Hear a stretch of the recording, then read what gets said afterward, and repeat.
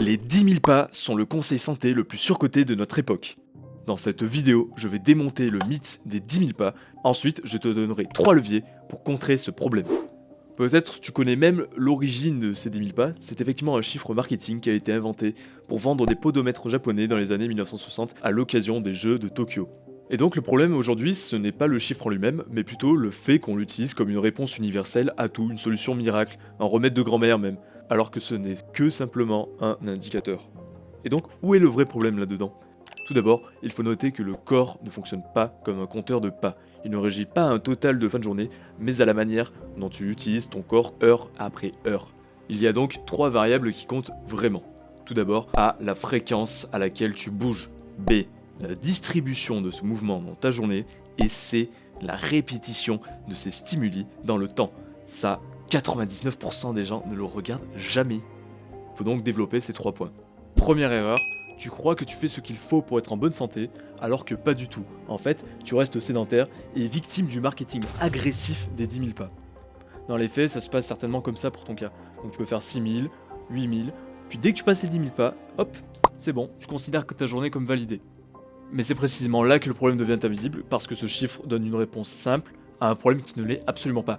Le problème de la santé d'un corps bien bâti est extrêmement complexe et dépend de plein de facteurs différents. Donc tu as ce raisonnement un peu sournois en tête qui est je bouge donc je ne suis pas sédentaire et donc je suis en bonne santé. Plusieurs études montrent qu'au-delà de 6 à 8 heures assis par jour, les risques métaboliques augmentent drastiquement même chez les personnes actives. J'en parle d'ailleurs dans cette vidéo sur les actifs couch potato qui apparaît en haut à droite de ton écran. Donc pendant que tu regardes un total de pas sur une journée que tu as probablement condensé en un seul bloc, ton corps enregistre lui les longues périodes où tu n'as pas bougé, où tu es resté assis ou allongé pendant plusieurs heures d'affilée.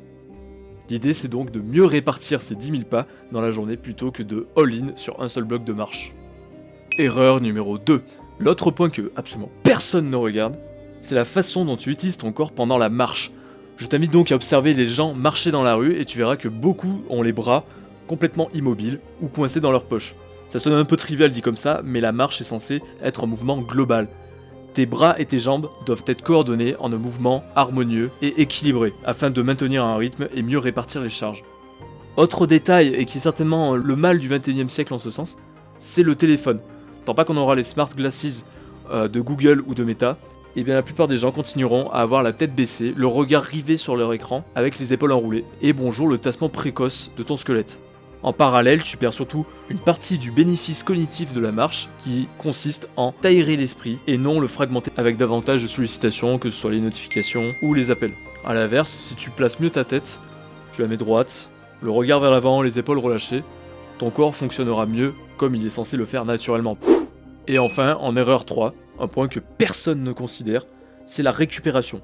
On part du principe que marcher est une activité légère, donc il n'y a rien à faire après. Ce qui est une bêtise absolue, parce que ton corps a besoin d'eau, de mobilité et de repos pour s'adapter. Sans hydratation ni étirement, les muscles récupéreront moins bien et resteront en tension. C'est pour ça qu'il faut boire régulièrement et faire quelques étirements en fin de journée.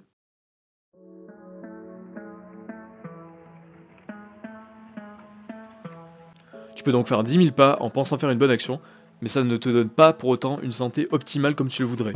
Et donc, comment corriger cette mauvaise utilisation des 10 000 pas sans faire davantage d'efforts ? C'est pour ça que je vais te donner 3 leviers tout simples qui vont complètement changer la structure de ta journée et t'aider à booster ta santé ainsi que ton énergie. Le premier levier consiste à interrompre les blocs d'immobilité en appliquant la règle suivante, celle du 45-2. Toutes les 45 minutes, tu vas te lever et te mettre en mouvement pendant 2 minutes.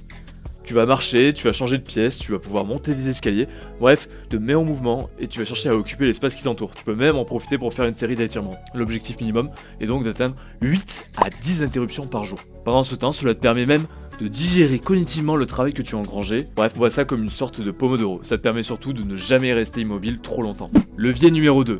Arrête de faire tes pas en un seul bloc. Tu vas essayer de répartir 3 blocs minimum dans ta journée. Au lieu de faire une fois 1 heure de marche dans ta journée, tu vas plutôt privilégier de faire 5 à 10 minutes le matin, 10 à 20 minutes le midi et 10 à 20 minutes en fin de journée. Et cette répartition intelligente s'articule très bien autour d'une vie active. Et enfin, le troisième levier, qui est certainement le plus important, tu dois rendre le mouvement inévitable. En 3 règles simples, tu dois jamais prendre l'ascenseur si tu as moins de 4 étages à parcourir, tu as des jambes, c'est fait pour t'en servir, De même, tous les trajets de moins d'1 km, tu peux te permettre de les faire à pied, aller-retour, il n'y a aucun problème. Et les appels téléphoniques, tu peux songer à les prendre en marchant, de préférence, dans une salle isolée ou à l'extérieur.